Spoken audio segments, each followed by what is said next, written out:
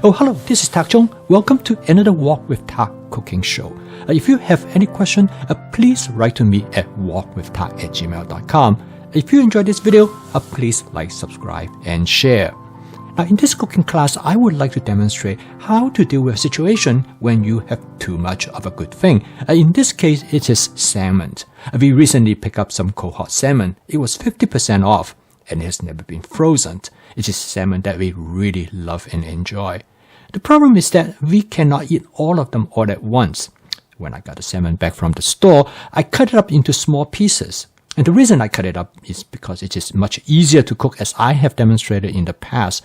You can control the doneness of each of the pieces because the salmon sometimes differs in thickness.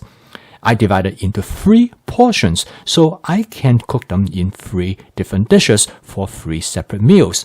The problem is that I want to use it up in appropriate amount of time, literally every day.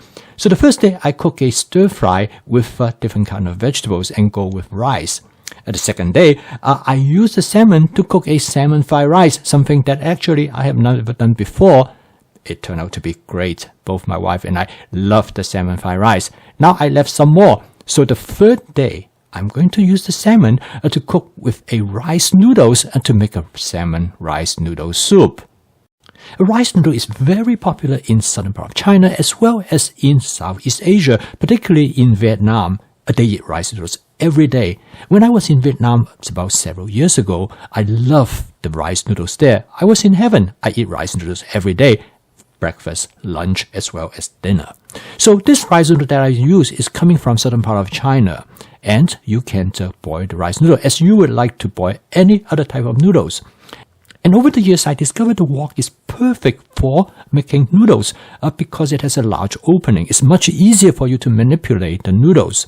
And it also prevented water from boiling over. And the stainless steel wok is perfect for this purpose. The reason is that stainless steel wok do not rust. So you do not have to worry about after you boiling the noodles that it will remove the protective oil film, that the wok will become rusty, as in the case with a carbon steel wok or with a cast iron wok. A rice noodles is very fast to cook. In fact, it takes only about 4 to 5 minutes to boil. And you can judge by how much you want to boil it, depend on the texture that you're looking for. And after they come to the texture that you want, you can simply transfer it to a bowl of water, which I have a large strainer for this purpose. This is much easier than you pour the water out of the wok. And this way, you just drop the noodles into the strainer. And after you let the noodles to cool off, which cool off very rapidly because of the cold water, and you can simply remove the water by lift out the strainer. Extremely simple. I find that this is the most efficient way for stop the noodles from cooking any further. And the wok is big enough for me to boil the entire pack of noodles. And I use some for this particular meal, and I store the rest away in plastic containers. I store them the way as it is without adding any salt or oil, and they are good for about a week to 10 days.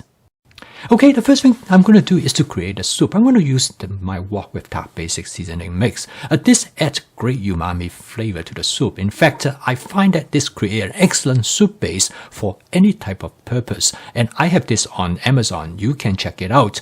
And then I'm going to add about a small amount of sesame oil.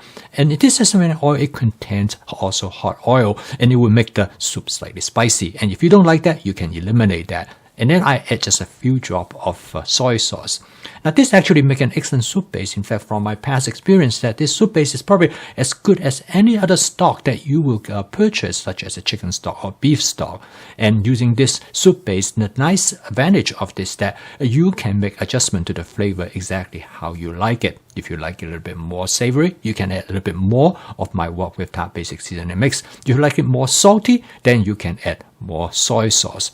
This flexibility will allow you to create exactly how you like. And next, I add some noodles to the dish.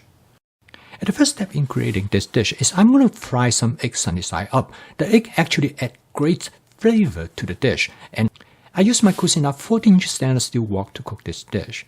And before you start, it is important to season the wok so that you can have a non-stick cook surface. And I use my smart seasoning method. And with this method, I can ensure that the wok with a non-stick cook surface.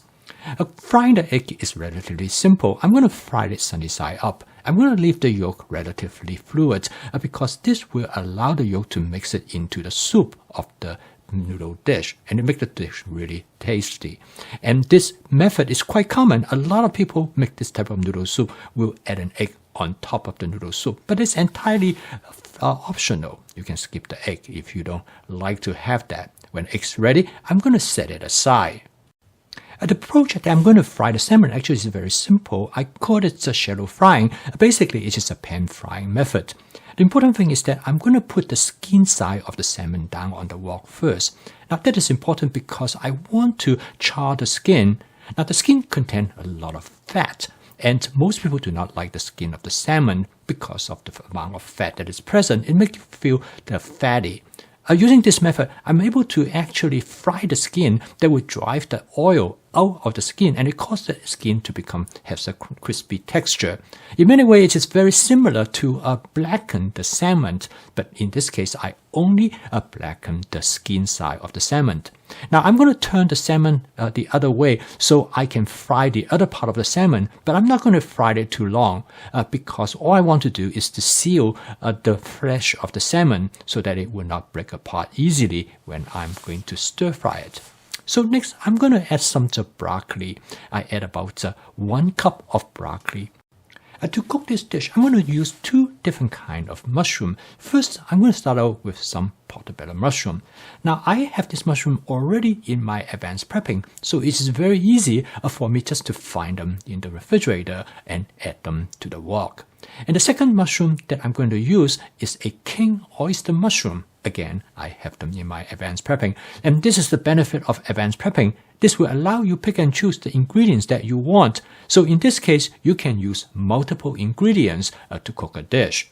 Now I'm going to switch to my wok spatula, and I'm going to gently stir fry everything together. It is important that you stir fry it not too hard because you do not want to break up the salmon.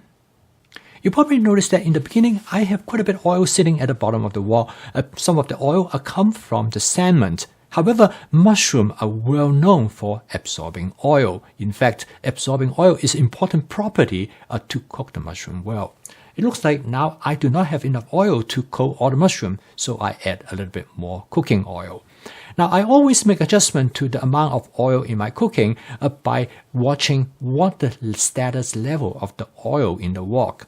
And that's why I always keep my oil in a squeeze bottle so I can easily add more as I see fit.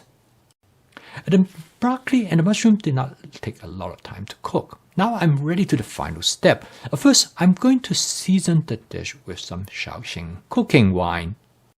For many people, the Shaoxing cooking wine is probably one of the best cooking wine. It has a unique flavor. It makes the dish really taste savory. Now, you notice that I did not measure the Shaoxing cooking wine. Again, I keep them in a squeeze bottle and I add the amount which I think is appropriate. And sometimes I will add more or less depending on the food ingredients that I am cooking. Then I'm going to season the dish with a small amount of oyster sauce. The dish is already rich in flavor, so I'm going to only use about 1 tablespoon of oyster sauce. Now by now the dish is almost done. I mix everything well together, and you can see that the total cooking time of this dish actually is quite short. It's only about 5 to 6 minutes. So by about 10 minutes, the dish is almost ready. So now the final step is to prepare the soup noodle. I'm going to add water, boiling hot water to the bowl. Now this actually is probably the easiest way to make a noodle soup. Instead of using stocks, you can use this method and it creates actually quite nice flavor. Now again, you have to make your personal decision whether you like this flavor or not. But to me, I think it works extremely well.